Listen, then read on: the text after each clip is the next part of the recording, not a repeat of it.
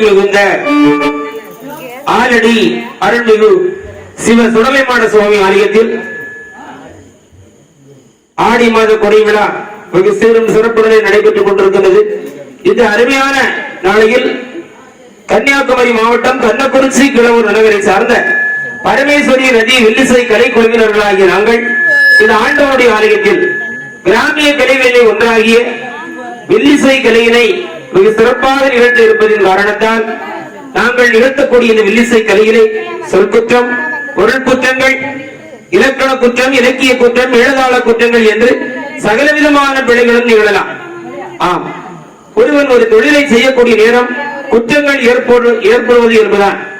அப்படியே கிராமிய கலைகளிலே ஒன்றாகிய தமிழருடைய பாரம்பரிய கலைகளிலே தலை சிறந்த கலையாகிய மண்மணம் கமலம் இந்த வில்லிசை கலையினை சின்னஞ்செறியவர்களாகிய நாங்கள் இசைக்கக்கூடிய நேரம் எங்களை அறியாமல் எப்பிழை ஏற்பட்டிருப்பினும் இதற்கு ஒரு முன் உதாரணமாக அன்னப்பறவைக்கு பாலில் சிறிது தண்ணீரை கலந்து வைத்தோம் என்று சொன்னால் அது அந்த பாலை மட்டும் அருகிவிட்டு தண்ணீரை எவ்வளவு பிரித்தெடுக்கக்கூடிய தன்மை பெற்றதோ மட்டுமல்லாது உங்களுடைய வீட்டிலே உங்களுடைய மழலையானது ஒரு சிறிய தவறை செய்ய நேரிட்டால் தாங்கள் எவ்வளவும் பொறுத்து காத்து மன்னித்து ஆட்கொள்வீர்களோ அவ்வண்ணமே சின்னஞ்செறியவர்களாகி நாங்கள் இசைக்கக்கூடிய இந்த வில்லிசை கலையிலே எப்பிழை ஏற்பட்டிருப்பினும் அந்த பெரியவர்களாகி நீங்கள் எல்லோரும் அதை பொறுத்தருள வேண்டும் என்று கேட்டுக்கொண்டு இவை எல்லாவற்றுக்கும் மேலாக இந்த அண்ட சராசரங்களை எல்லாம் ஒரு குடைக்குள்ளை அடக்கி ஆண்டு கொண்டிருக்கக்கூடிய காவல் தெய்வம் என் அப்பன் ஆண்டவன் அருள் தரும் ஈசனுடைய அம்சமாக விதித்த சிவ சுடலைமாட சுவாமியுடைய பொற்பாத கமலங்களை தொட்டு கனியூற்றிக் கொண்டு சாஸ்தாயனுடைய வரலாற்றை இசைக்கின்றோம். அரிகர முதல்வனான ஆதிகொண்டை என்று ஒளியதோ தமிழினானே ஒன்றுதான் கரையாய் பாட திரிபுரம் விருத்தம் என்ற சிந்திலாம் தனக்கு மோட்டு கையகரி முகத்து வேண கணபதி காப்புதானே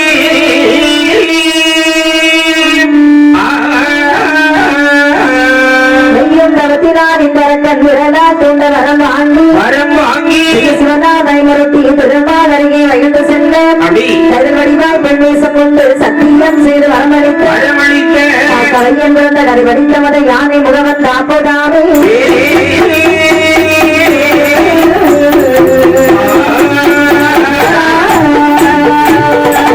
அழகிய பின்ன கையில் ஆசனம்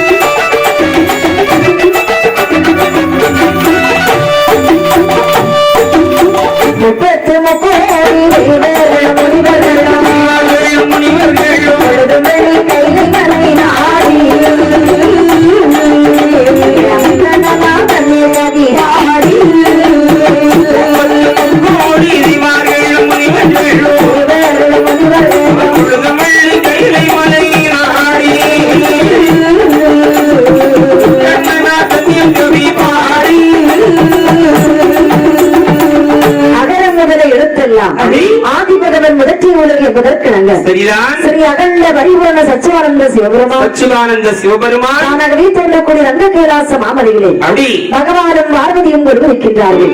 கைலாச மாமலையில் 33 கோடி தேவாதி தேவர்கள் 48,000 சமைத்தார்கள். இன்னொருவர் எம்பருடர் உரகர் பைசாசர் என்று சொல்லக்கூடிய வானவர்லோக வாசிகள் எல்லோரும் பிரைசோழ்ந்து இருக்க தோணி பொன்னை ஒருக்கி வார்த்து சொரிமுத்தாலே பலகைமாவி ஆணி பொன்னும் பலகையிலே அரணும் உமையும் அரசாட்சி புரிகின்றார்கள். சத்தியமே இடமிருக்க சங்கரனார் வளர்ந்திருந்தார். இடமிருக்க பொன்னரனார் வளர்ந்திருந்தார். பிள்ளையாகிய விநாயக பெருமான் தந்தைக்கும் தாய்க்கும் கற்பூர ஆரத்தி காண்பிக்க பிள்ளையாகிய கோழி கொடியரசன் கோல மயிலழகன் குமர குருபரன் அப்படியே புஷ்பமாரி பொழிய தேவாதி தேவர்கள் எல்லோரும் பகவானின் திருவடியை வணங்கி வைக்கின்றார்கள். வேறும் தந்த கைலாச மாமலையிலே அசுரர்களும் தெய்வாதி தேவர்களும் வாழ்ந்து வருகின்றார்கள். இந்த தேவர்களும் நரை திரை மூப்பப்படி சாத்தர்கள் ரகுராமல் வாழ்ந்து வருகின்றார்கள். ஆனால் அசுரர்களோ பிறக்கின்றார்கள் வருகின்றார்கள். இப்படியாகப்பட்ட நேரத்தில் அசுரர்கள் என்னமா எண்ணுகின்றார்கள்? அண்ணா தம்பி இந்த தெய்வாதி தேவர்களும் இந்த சிரஞ்சீவியாகவே வாழ்ந்து வருகின்றார்கள். உண்மைதான். அன்னவரை போல் நாமல் வாழ முடியாது. ஏன் முடியாது? ஈசனிடத்தில் சென்று முறையிட்டோம் என்று சொன்னால் அதற்குரிய உபாயத்தை ஆண்டவன் ஆதிசிவன் நமக்கு நல்குவார். அப்படி என்று சொல்லி இந்த அசுரர்கள் எல்லோரும் என்னமா செய்கின்றார்கள்? ஆதி பரவர்களாகிய பகவான் இடத்திலே வந்து நின்று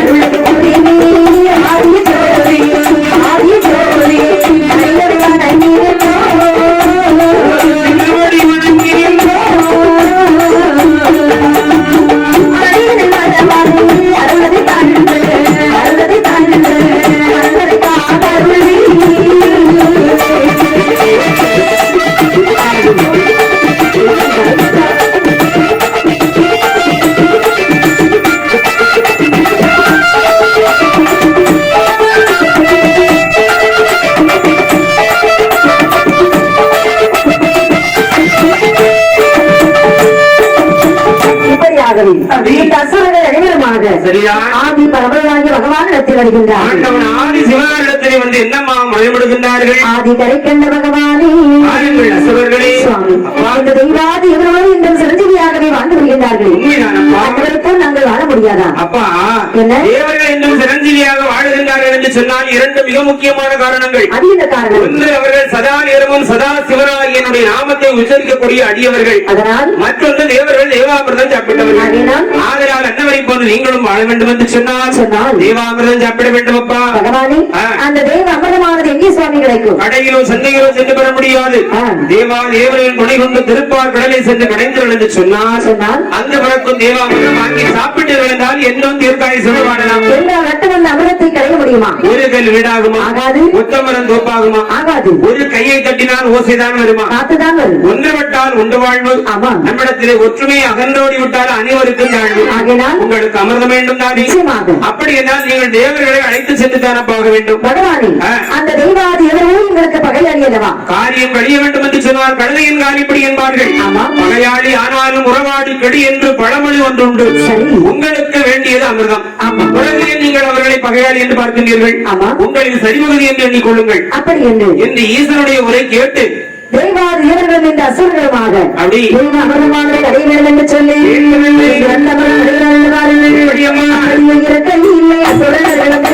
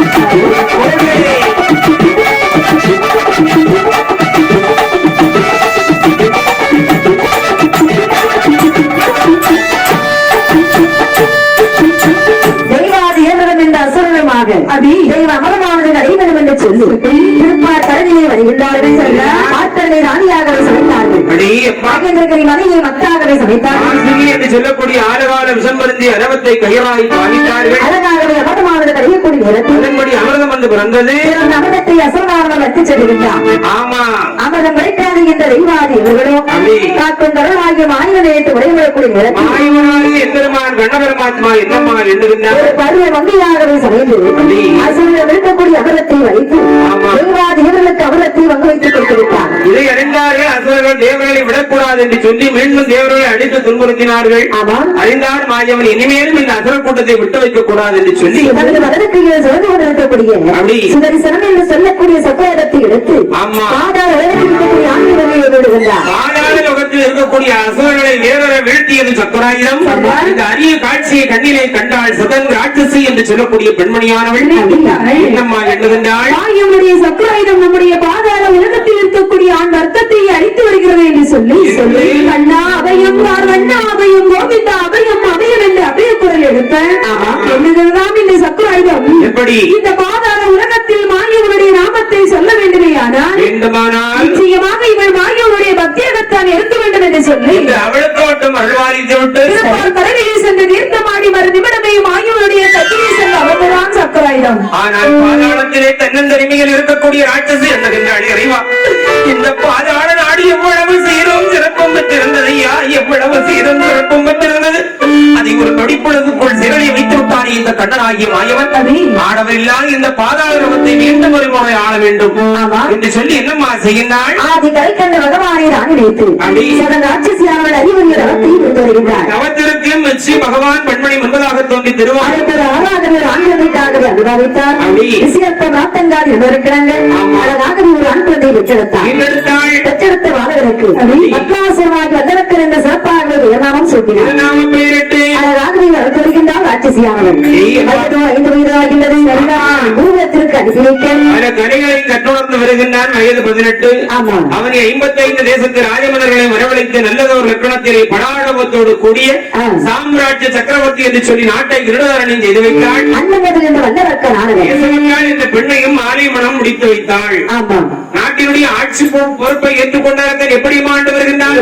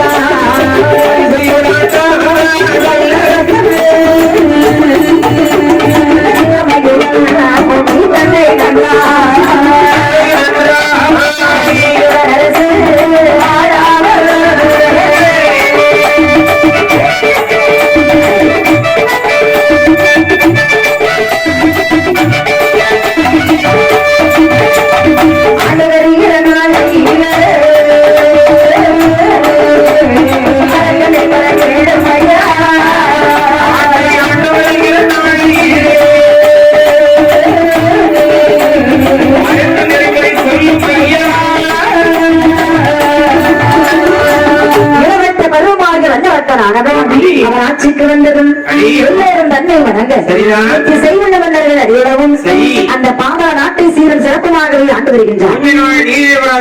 அதன் பிறகு தான் இந்த அகந்தியானது வந்துவிட்டது. அநியாய ஆட்சி வருகின்றான். என்னுடைய ஆட்சியின்படி அதனுடைய பாதாள நாட்டிலே ஆண்டுகள் 12 மாறி என்ற மழை பொழியவில்லை. இந்த பஞ்சமானது நிலவுகின்றது. சரி, எப்படிப்பட்ட பஞ்சம் அம்மா? எப்படிப்பட்ட பஞ்சம் இருக்கிறது என்று பாருங்கள். எப்படி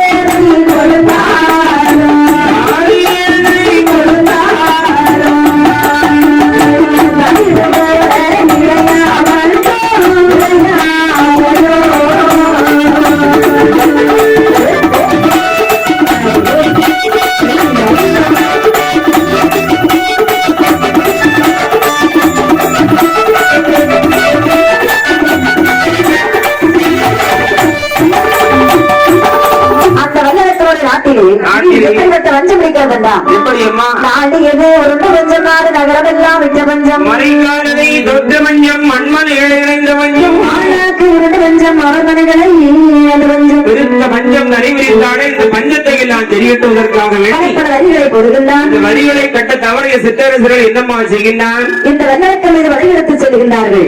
அடித்து உதைத்து துன்புறுத்துகின்றான். ஆமா. அவனை 55 தேசத்து ராஜமன்னர்களும் வல்லரக்கனோடு போர் புரிந்தார்கள். சரி.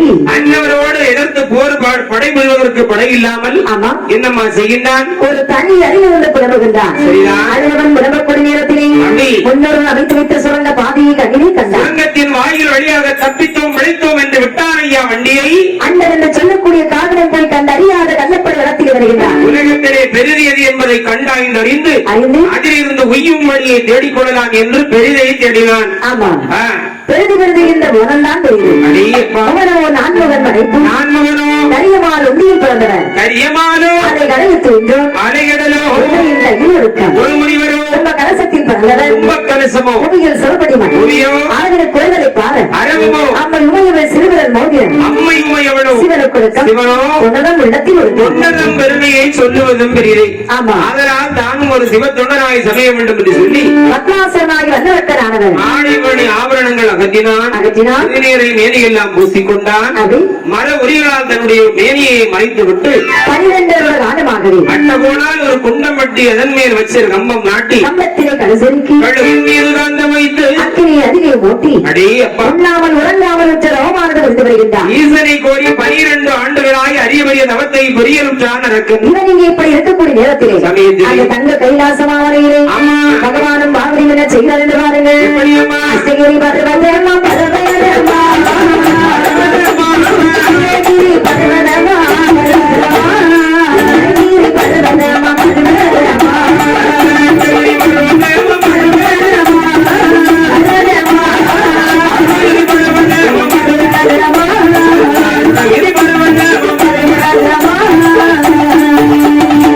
இந்திரகிரி பர்வதமா இந்திரகிரி பர்வதமா சொன்னகிரி பர்வதத்தில் தங்கள் ஆடுவார் சொன்னகிரி பர்வதத்தில் சொன்னகிரி பர்வதத்தில்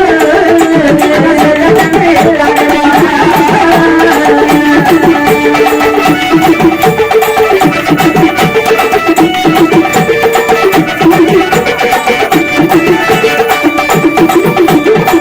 வல்லரக்கன் இப்படி அறிவுரை உறவத்தை புரிந்து வர அந்த தங்க கைலாசம் அமர்கிறே பகவானும் பார்வதி என செய்கிறார்கள்.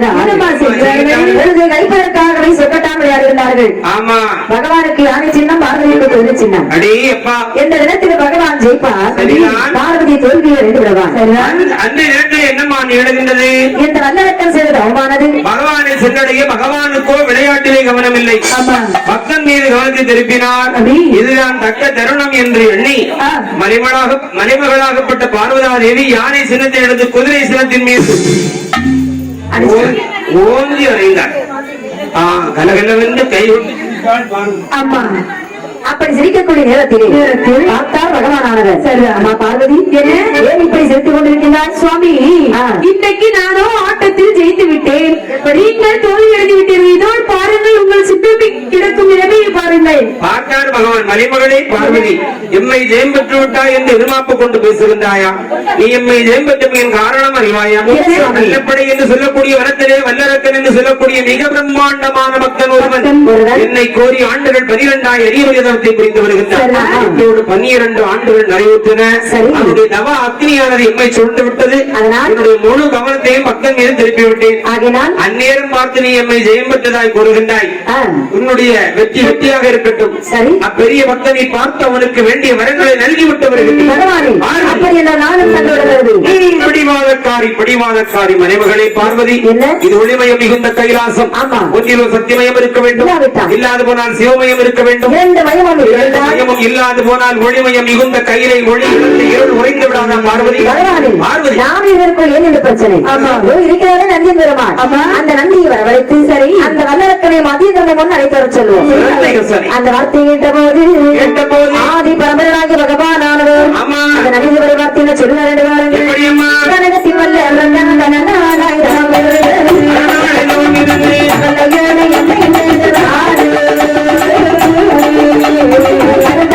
சேனவான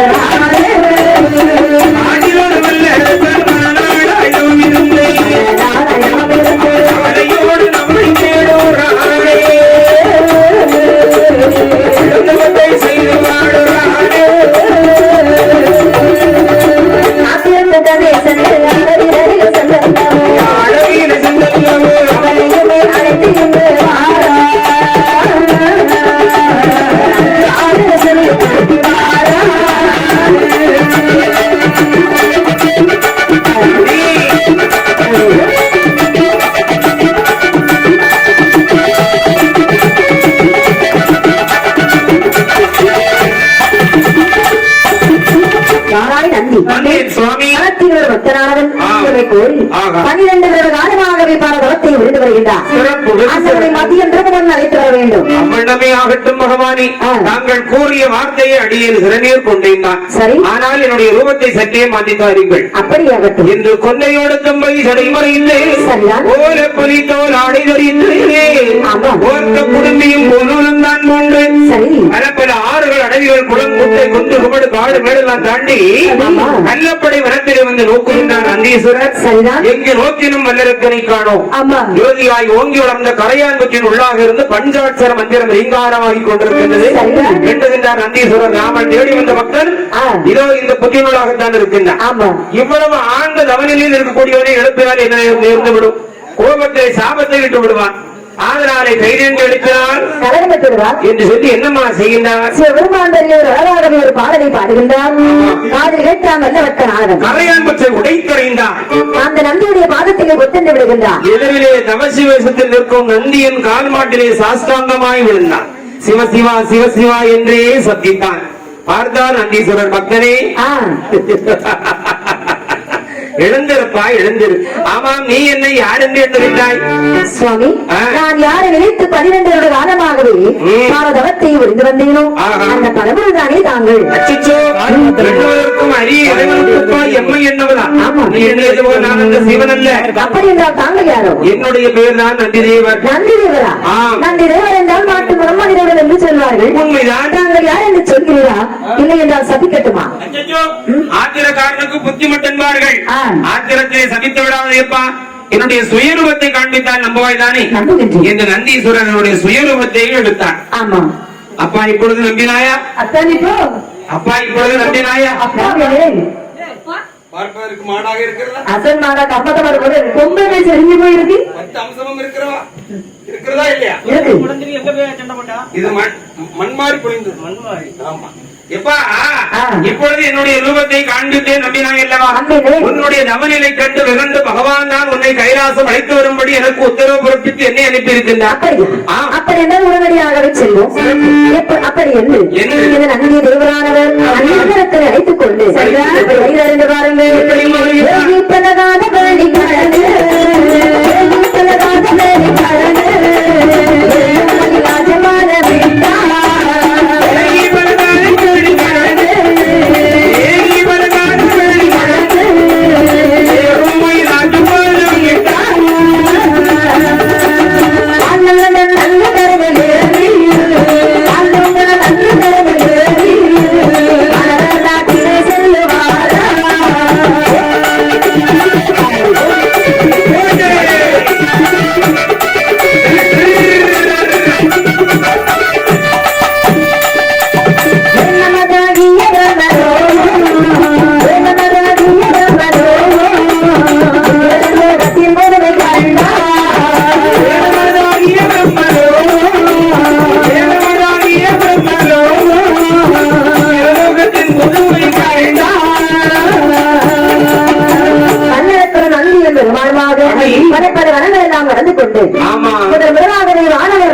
விட்டார். கடந்து வானவர் லோகம் கடந்தார்கள். வானவர் லோகம் தாண்டி இந்திர லோகத்தில் வருகின்றார்கள். இந்திரன் இந்திரனுடைய மனைவி இந்திராணியை இடதுபுறத்தில் அமர வைத்தவரால் உச்சச்சிரவம் என்று சொல்லக்கூடிய உயரிய ரக குதிரையும் ஐராவதம் என்று சொல்லக்கூடிய வெள்ளை யானையும் தேவலோக நாட்டிய மாந்தர்களாகிய ரம்பை ஊர்வசி மேனகை திலோத்தமை கதர்பதாதினி மதனப்பேடு சீவக சிந்தாமணி என்று சொல்லக்கூடிய நாட்டிய மங்கைமார்கள் படைசூழவும் இந்திர லோகத்தை கண்டுபிடித்தார்கள். அங்கிருந்து வெளியிழந்து கொண்டு இருக்கக்கூடிய வருகின்றார்கள். அங்கே சொர்க்கம் நரகம் என்று இருக்கக்கூடிய லோகங்களையும் பார்த்தார்கள். கைலாச வரைக்கு வருகின்றார்கள். அந்நேரம் கேட்டான் பக்தன், சுவாமி இவர்கள் எல்லோரும் இதில் போகட்டும், நாளை காண வேண்டும் காண வேண்டும் என்று கானகத்திலே பனி என்றும் மழை என்றும் இயற்கை சீற்றங்களை எல்லாம் பொருட்படுத்தாது ஆண்டவன் ஆதிசிவனாரை கோரி அறியவரி தவசு புரிந்தேனே, அந்த ஆதிசிவன் எங்கு சுவாமி இருக்கின்றார் என்று வினவினான். அதுப்பா ஜோதி வயமாகவே தெரிகின்றதல்லவா அங்குத்தான் பகவான் இருக்கின்றார் நந்திய பெருமாள் நல்லறக்களை அழைத்துக் கொண்டு ஆதி கரை கண்ட பகவானை முன்னிலை விடக்கூடிய நேரத்திலே பார்த்தார் பகவானானவர் பார்த்து திருவாய் மலர்ந்துள்ளினார் நந்தி தேவரே சுவாமி தங்களுடைய காரியம் செய்யக்கூடிய காரியங்களில் ஒன்று தங்களுடைய இருப்பிடம் சென்று அமர்ந்து கொள்ளுங்கள். இந்த நந்தீஸ்வரரை கையமர்த்தி விட்டு பக்தனை பார்த்து புன்னகை மலர்ந்தார். எப்பா என்னை கோரி இந்த அளவு கடந்தவும் இருந்தாயே காரணம் ஏது சுவாமி? பாதாள உலகத்தை சீரும் சிறப்புமாகவே ஆட்சி புரிந்து வந்தேன் சுவாமி. என் மீது பொறாமை கொண்ட சிற்றரசர்கள் என்னோடு போர் நடக்க வேண்டும் என்று படையெடுத்து வந்து விட்டார்கள். அவர்களை வெல்ல இயலாத நான் தான் தங்களை நோக்கி நான் கடந்தவும் புரிந்தேன் சுவாமி. ஆமாம், என்னை கோரி கடந்தவசு புரிந்தாயே உனக்கு என்ன வரம் வேண்டும் கேள் சுவாமி. என்னுடைய சித்தரசரை நான் அளிக்க வேண்டுமே ஆனால் எனக்கு எப்படிப்பட்ட வரங்கள் எல்லாம் தாங்கள் வர வேண்டும் தெரியுமா? எப்படியப்பா? சிறிய வரம்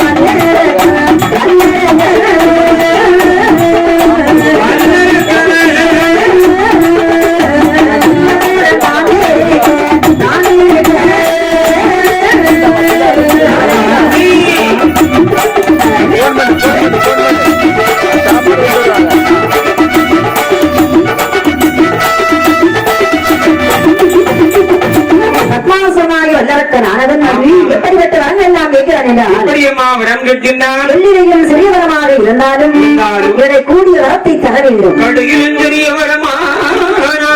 மாற்றம் கூடியதாக இருக்க வேண்டும். பகவான் பக்தனே எள்ளு கடுகென்று கூறுகின்றாயே எனக்கு ஒன்றும் விளங்கவில்லை, சற்று புரியும்படியாக கூறு பார்ப்போம். பகவானே எனது வலது கரத்தை மேலே தூக்கி 5 விரல்களை மடக்கி ஆள்காட்டி விரலை கொண்டு எவர் ஒருவர் சிரசில் நான் கைவிட்டினே ஆனால் ஒரு சரியானது சுக்க நூறாகவே தெரிந்து போகிற வரத்தை தர வேண்டும். அடே அப்பா, கெடுவன் கேடுனைப்பான் கெட்டவன் கெட்டொழிந்தே போவான் என்பார்கள். அப்படி அல்லவா இருக்கிறது என்னுடைய சிந்தனையும். உன்னை அழைத்து உனக்கு என்னவெல்லாம் தர வேண்டும் என்று எழுதியிருந்தேன் தெரியுமா? என்னுடைய மைத்துனர் அரங்கன் கண்ணன் கழுத்திலே ஒரு துளபமணி மாலை அணிந்திருக்கின்றார். அந்த துளபத்தை வாங்கி உமக்கு தர வேண்டும் என்றல்லவா இருந்தேன் சுவாமி. அந்த மாலையெல்லாம் எனக்கு தேவையில்லை சுவாமி. அப்படியா? இந்த மாலையை வைத்து என்னோடு யார் ஒருவர் போர் கொடுக்க வந்தாயானால் நான் ஜெயம் கொள்ள முடியாது. அதனால் எனக்கு இந்த வரம் வேண்டாம் சுவாமி. அப்படி என்ற 63 நாயன்மார்களிலே நீயும் ஒருவனாக அமர்ந்து கொள்ளுங்கள் வேண்டாம் என்று எத்தனையோ மாற்று வரங்களை அறிவித்தார். வேண்டாம் என்று மறுத்து விட்டான் மதிகட்ட பக்தன். கேட்டபடி கேட்ட வரத்தை தர முடியுமா முடியாதா என்று ஆக்ரோஷமாய் கேட்டான் இவனிடத்திலே. பார்த்தார் பகவான் நம்மை கோரி தவம் இருந்திருக்கின்றான். அவர் கேட்டபடி கேட்ட வரத்தை கொடுப்பதெல்லாம் உத்தமம் என்று சொல்லி என் அப்பனாதி ஆண்டவன் ஆதி சிவனார் இந்த அரக்கனுக்கு எப்படியுமா வரம் கொடுக்கின்றான்? 12 மணி வேளை உச்சகால பூஜை பெருமானுக்கு அனந்தபடி நேரம். அந்நேரத்தில் ஆதி பரம்பரையாகிய பகவான் ஆனவர் அந்த வல்லரசனுக்கு எப்படி வரத்தை கொடுக்கிறார் என்று பாருங்கள். பதமத்தில் உன்னதுடன்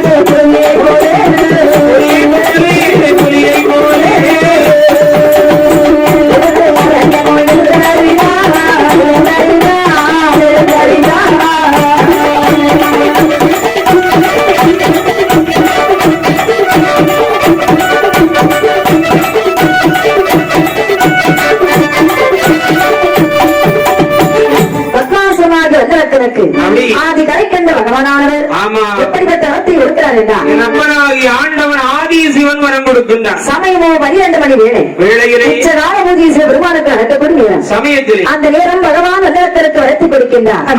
கண்ணமத்திக்கு உணர்வுடல் பொடிபட கண்ணேறி வெட்ட வளர்ந்தார் பகவான். வாங்கிவிட்டு பூலோகம் வருகின்றான். மாயவனுடைய சூழ்ச்சியால் மீண்டும் கைலாசம் வருகின்றார். அனைவரும் ஓடி விழுந்தார்கள்.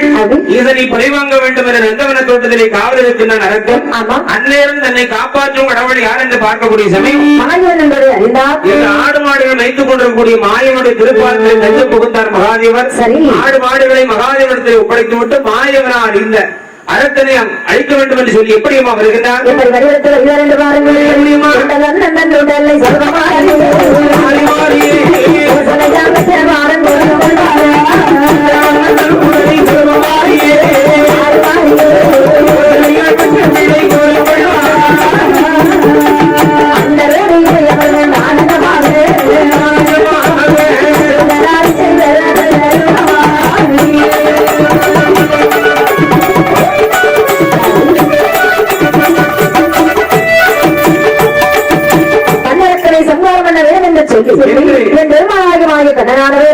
ஒரு கணவனுக்கு கட்டுப்பட்ட திருமணமாகிய பெண்ணாகவே சமைய வேண்டும். 32 வயதுடைய பெண்ணாகவே சமைந்தார். வடிவம் கொண்டு எங்குமாறு ஆபரணங்கள் முடிச்சு அணிந்தார். அந்த வரவிட்டு ராத்திரி வருகின்றார். வல்லரக்கன் ஈசனை தேடி பித்து பிடித்தவனாய் அணிந்து கொண்டிருக்கின்றான். பாருங்கள், சிறப்பு சத்தத்தை காதில் வைத்தான். சிவன் நினைவை மறந்தான். ஆமா, கழவக சூரியவாசன் நாடகத்திலே பெண்ணீது மகிழ் கொண்டான் அரங்கன். பெண்ணென்றே எண்ணினான் மாயவனாரை. ஊரோடு வந்து கேட்கிறானேமா, ஊர் என்ன பெயர் என்ன உத்தாறு பெற்றார் இந்த வார்த்தை கேட்க மாயவன் என்னம்மா கூறுகின்றான். என்னுடைய ஊரோ ஆயர்வாடி வட்டணம். என் தந்தை பெயர் நந்தகோபன், தாயார் பெயர் யசோதையாள். நான் வளர்ந்தேன் ஒரு மகளாய் 16 திருவையில் பரமக்கோன் மாலையிட்டார். அவரிடத்திலே சண்டையிட்டு எங்காவது ஆற்றிலோ குளத்திலோ விழுந்து சாகல வேண்டி வந்துள்ளேன். இந்த நாட்டை ஆளக்கூடிய பத்மாசுரனாகிய வல்லரக்கன் என்பவன் அடியன் தான். அப்படியா? என்னுடைய அரண்மனைக்கு வந்தா என்று சொன்னால் 7 உண்டு, மாளிகை உண்டு, 21 வாசல் உண்டு. உங்களுக்கு திருமணம் இருக்கிறதா? திருமணம். நேசமுற்றாள். நான் வர வேண்டுமே, ஆனால் வேண்டுமானால் தாரமாக நேசமுற்றாளை விட்டேன் என்றும் என் மீது காதல் கொண்டு நின்றும் எனக்கு ஒரு சத்தியம் செய்து வர வேண்டும் என்று சொன்னார். சத்தியம் என்ன என்ன சத்தியம்